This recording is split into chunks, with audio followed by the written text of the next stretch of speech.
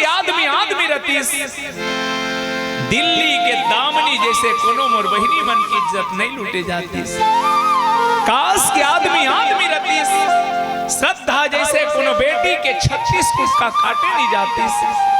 काश की आदमी आदमी रतीस कोनो जवान बहनी ला दहेज के नाम से जल के मरना नहीं पड़ती।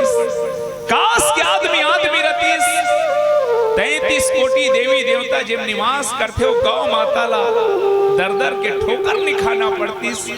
काश के आदमी आदमी रतीस माँ बाप ला अनाथ आश्रम नहीं जाना पड़ती। तब मैं कहा था गुल में यदि निघत नहीं तो कुछ नहीं, दिल में यदि उल्फत नहीं तो कुछ नहीं, हजार हुनर हो आदमी में तो क्या, आदमी में आदमियत नहीं तो कुछ नहीं। किराया के जिंदगी मां जगत में कोई नहीं है परमानेंट, लेडीज हो या जेंट्स जगत में कोई नहीं है परमानेंट। एकाए जिंदगी एक किराए का घर है, एक ना एक दिन बदलना पड़ेगा। किराया के जिंदगी मां मेहमान बन के जी ले, ये बाबू दुनिया मां इंसान बन के जी ले, ये बाबू दुनिया मां इंसान बन के जी ले। किराया के जिंदगी मां, किराया की मां मेहमान बन के जी ले, ये बाबू दुनिया मां इंसान बन के जी ले, ये बाबू दुनिया मां इंसान बन के जी ले।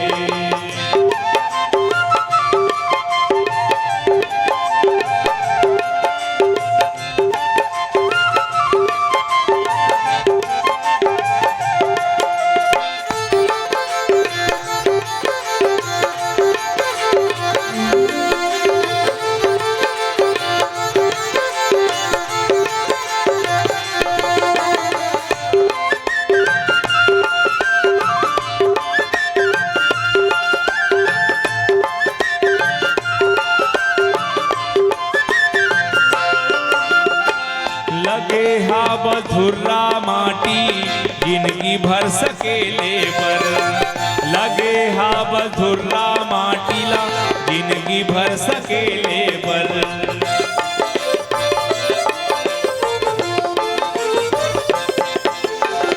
काबर खनखस गड्ढा कोनो ला ठकेले पर, काबर खनखस गड्ढा कोनो ला ढकेले पर। सूर कबीरा तुलसी, सूर कबीरा रस खान बन के जी ले, ये बाबू दुनिया मां इंसान बन के जी ले, ये बाबू दुनिया मां इंसान बन के जी ले।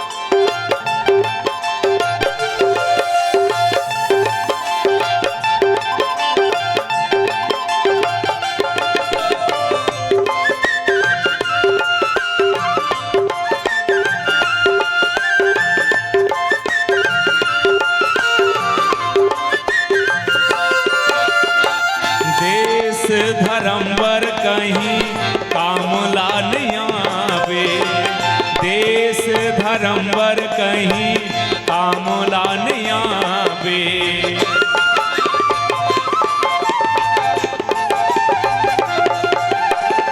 जावे जब ओकर दुआरी मुँह का दिखावे, जावे जब ओकर दुआरी मुँह का दिखावे।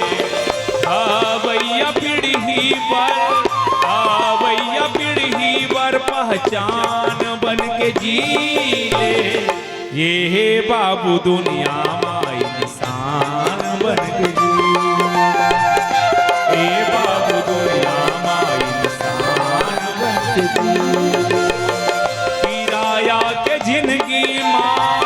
किराया के जिंदगी माँ मेहमान बन के जी ये बाबू दुनिया माँ इंसान बन के जी ले। बोलो सीताराम भगवान की।